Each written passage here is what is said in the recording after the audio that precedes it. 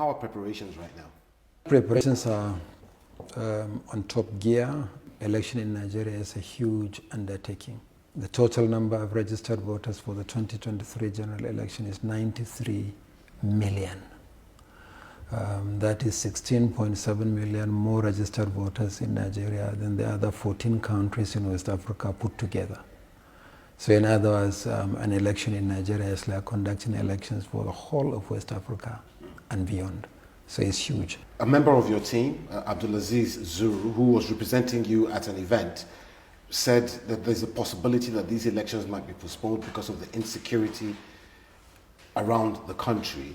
Let's hear it from you now. Is that the case? Is that a possibility or what? Yes, there is insecurity, but the insecurity is perennial. But we are committed to conducting the elections as scheduled. And immediately after that statement was made, the Commission made and issued an official statement. So, to answer your question directly, the 2023 general elections will not be postponed. The Commission is not even contemplating adjustment to the timetable. We are good to go for these elections. Even in places where your facilities have been destroyed, your personnel have been attacked, some have been killed? We have identified those locations where facilities have been attacked, and we have assured Nigerians that we can recover from those attacks. This year in particular, we have had attacks in a number of places, 11.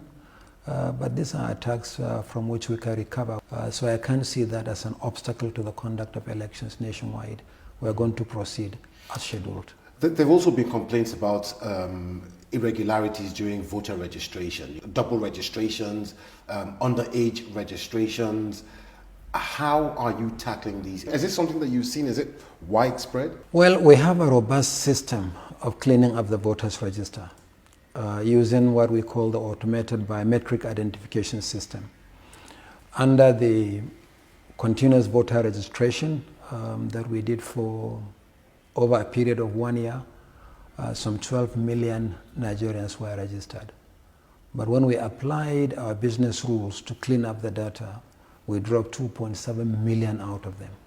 Among them, the invalid registrations. And the invalid registrants may be those who are not qualified by age, because the minimum age for registration is 18 in Nigeria, or those who are not Nigerian citizens, or deceased persons whose names are on the register, or multiple registrants. So we are reasonably confident that we have cleaned up the register. However, cleaning up the register is a continuous process.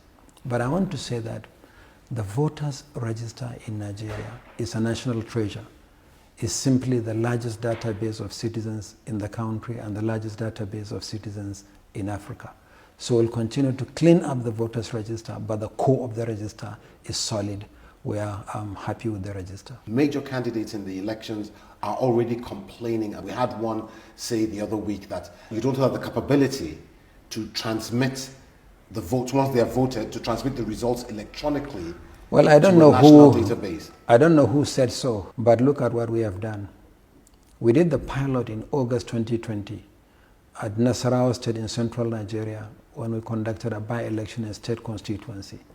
And since then, we piloted the transmission of results in 105 constituencies nationwide, including major governorship elections. We did it in Anambra, we did it in Ekiti and Oshun, we also did it in the Federal Capital Territory. Now, some of them may be small elections in the Nigerian context, but the state with the least number of registered voters in places where we transmitted election results is Ekiti. But Ekiti has more registered voters than Gambia and Cape Verde put together.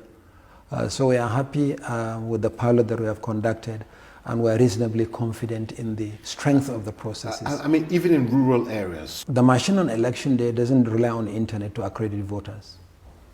It works offline.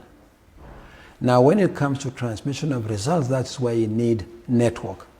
But if there is no network in the immediate vicinity, the scanned image of the polling unit level results, which is taken using the beavers, will be transmitted as soon as the staff move from the polling units to the collation centers. And we have been working with the major telecom companies in Nigeria, and we are satisfied that the number of blind spots can be addressed in the country, and the number of blind spots where you have no network is really small. a lot of people say the elections in 2015 were freer than the elections in 2019. You oversaw the ones in 2019 and not 2015, and they say that's because you are, close buddies with the government, with the ruling party. How close are you to this APC-led government? No, that is sort of the allegation. People always say so of all electoral commissions, including electoral commissions in Nigeria and other countries as well, is the usual accusation. But look at the kind of election that we have been conducting of late. Different political parties have won different elections, and citizens believe that the votes are counting and will continue to count, and they are confident in the process. So my assurance to citizens is that we'll continue to do what is necessary to ensure that we protect the integrity of the process. As I said, our allegiance is to the people of the Federal Republic of Nigeria and not to any political party or any political actor.